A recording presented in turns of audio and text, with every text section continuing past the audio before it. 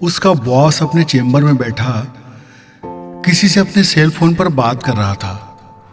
वो बाहर उसकी बेल बजने के इंतजार में बैठा रहता। बॉस जो ही घंटी बजाता वो हाजिर हो जाता, फिर चाय पानी की ट्रे लेकर अंदर जाता, बाहर आ जाता। उसकी यही दिनचर्या थी, लेकिन कई बार वो कुछ ऐसा भी देख लेता जो उसे नहीं देखना चाहिए। एक बार तो वो जब बॉस के चेम्बर में घुसा तो देखा कि एक लड़की बॉस के सामने बैठी है और बॉस उसका हाथ पकड़कर गपिया रहा है। उसके आने और जाने से बॉस को कोई फर्क नहीं पड़ता था।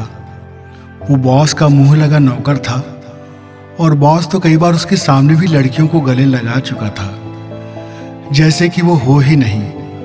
बॉस की सेवा के लिए बॉस के फार्म हाउस में भी उसे जाना पड़ता। आखिर वो भी जवान था, उसके भी मचलते अरमान थे, लेकिन वो हैसियत वाला नहीं था। वो एक हैसियत वाले आदमी का अदना सा नौकर था, लेकिन हैसियत वाले की भोग और विलास की जिंदगी को रोज देख रहा था। ऐसा सब देखकर वो उस तरह के सपने देखा करता। वो बॉस की रंगीनियों को अपनी आंखों में बसा कर रखता और यही उसका बड़ा इनाम था। वो बॉस की विलासिता के हर इंतजाम का इंचार्ज था। बॉस के पास हर तरह की औरतें आती थी। कुछ बॉस की दोस्त थी, कुछ मदद की आस लिए आती। शौकीन बॉस को हर तरह की औरत से दोस्ती की चाहत होती। उसमें गजब का आकर्षण था। बॉस की एक खासियत थी कि वो किसी का नाजायज फायदे नहीं उठाता था। उसके पास अक्सर मुश्किल में पड़ी औरतें आती थी। वो उनकी समस्या सुनकर उसका समाधान निकालता था।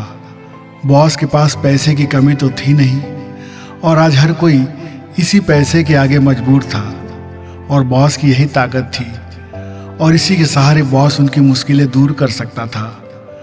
और यही वो टर्निंग पॉइंट होता जब उसकी दरिया दिली के कायल होकर परेशान हाल औरतें उसकी बाहों में झूलने के लिए बेताब हो जाती थी। आज वो अपने बॉस की एक कहानी बता रहा था। यार, एक दिन एक बहुत आकर्षक देह की औरत बॉस के पास आई। उसके चेहरे से बहुत उदासी झलक रही थी। उसने बॉस को बताया कि उसके आदमी का कारोबार बुरी तरह बर्बाद हो गया है। उसकी उधारी इतनी बढ़ गई है कि अब उनका जीना मुश्किल हो गया है। दरअसल उसके पति ने कर्ज लेकर कारोबार शुरू किया ही था कि कोरोना की महामारी और लॉकडाउन के कारण सब ठप हो गया और अब वे हाल बेहाल हैं। अब उनके सामने सिवा आत्महत्या करने के कोई दूसरा रास्ता नहीं बचा। हमारे बॉस ने उसकी बड़ी सहायता की, अपनी ओर से उसकी देनदारी लेनदारी का हिसाब बराबर कर दिया और उसके आदमी को अपने किसी पहचान वाले के यहाँ काम दिलवा दिया। अब वे कर्ज मुक्त और राहत भरी जिंदगी जी रहे हैं। वो औरत और उसका पति कभी कभी ऑफिस आते हैं और बॉस को दुआ देते हैं। इस एहसान के बदले बॉस ने उनसे कभी कुछ नहीं चाहा, लेकिन उस बेहद आकर्षक औरत ने कभी उन्हें बेचैन जरूर किया था। जो बॉस दूसरों के आंसू पोंछता था, दरअसल वो भी बहुत दुखी था। उसके दुख का कारण था उसकी पत्नी, बेहद कर्कश, गुस्सैल और बेरहम। उसे अपने आदमी से मतलब ही नहीं था। उसे बस उसके पैसे से प्यार था। अपने इतने अच्छे पति को पाकर भी उसे इसकी कद्र नहीं थी। और ऐसा ही होता है, जिनसे मेल होता है वो उसके काबिल नहीं होते और जो काबिल हैं उनसे मेल नहीं होता। ये यदि सही हो जाए तो जिंदगी बल्ले बल्ले, नहीं तो जिंदगी बर्बाद हो जाती है। बॉस को अपनी पत्नी से प्यार की चाहत थी जो उसे कभी नहीं मिली और इसीलिए बॉस किसी और का कंधा ढूंढता था जहां उसे प्यार की तलाश होती और जिससे भी यह मिलता वो वही का हो जाता। मुझे एक बात बताओ, सारी ज्ञान की बातों से परे एक बात जो हर आदमी और औरत के दिमाग में रहती है, और न केवल आदमी बल्कि जानवर भी उसी चाहत के इर्द गिर्द घूमते रहते हैं। यह है मैथुन की मस्ती की चाहत। यह है एक दूसरे के पास सटकर जिंदगी की तमाम उलझनों को भूलकर सुकून से हर पल बिताने की चाहत। ये कुदरत है ही ऐसी। उसने सबके दिमाग के बड़े हिस्से में मैथुन की चाहत भर रखी है। सहज से मिठास लिए इस सुख का भला कौन दीवाना नहीं है, और इसी के लिए दुनिया दौड़ रही है। सारे सुख साधन और विलास सब मैथुन की चाहत की एक ऊर्जा से चल रहे हैं। दुनिया शादी ब्याह का रिवाज बनाकर इसे एक सीमा में बांधकर इसकी मनमानी और इससे होने वाली हिंसा को रोकना चाहती है, लेकिन इसकी आग किसी अंजाम की परवाह नहीं करती। हाँ, तो मैं बता रहा था कि उस औरत के बारे में जो ये जान गई थी कि बॉस को जिस चीज़ की सबसे ज़्यादा ज़रूरत थी वो था एक औरत का प्यार, और इसी कमी के कारण बॉस का जीवन बिखरा हुआ था। पैसे के दम पर वो कई औरतों के साथ बिस्तर पर सोया, लेकिन उसे वो सुख नहीं मिला जिसकी उसे चाहत थी, और इस बात को समझते हुए उसने बॉस से नज़दीकी बढ़ाना शुरू किया। उनका मिलना जुलना बढ़ गया, वे ऑफिस के अलावा बाहर भी जाने लगे। एक दिन बॉस ने फार्म हाउस में मुझे इंतजाम करने को कहा। मैं समझ गया कि उनका आज खास मूड है।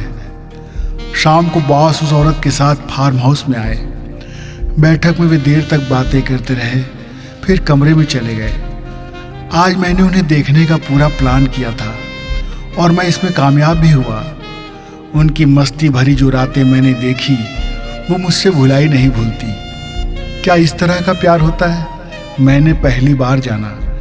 मैं तो देह की जब भूख बढ़ती है तो जानवर की तरह टूट पड़ता हूँ और फिर निढाल हो जाता हूँ, लेकिन यहाँ एक ठहराव था, ऐसा ठहराव जो हर पल को स्वर्ग की अनुभूति दे रहा था।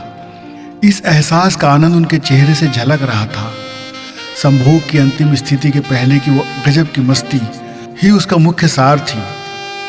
उनके अंग से अंग जब मिल रहे थे तो किसी संगीत की सुरताल की तरह लयबद्ध हो रहे थे। उस मस्ती में भी गजब का अनुशासन था, और यही अनुशासन उन्हें दुगना मजा दे रहा था। हर अंग में प्रेम समाया था और वही काम क्रिया के रूप में परिणित हो रहा था। यहाँ यही बेहद अहम था कि देह की भूख और प्यार की तड़प दोनों में से कौन ज़्यादा है।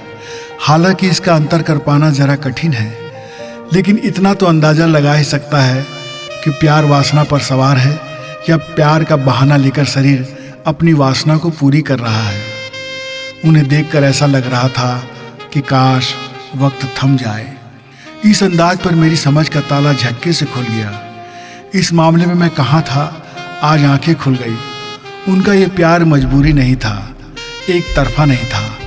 वो तो देह के माध्यम से दो आत्माओं का मिलन था और था समर्पण।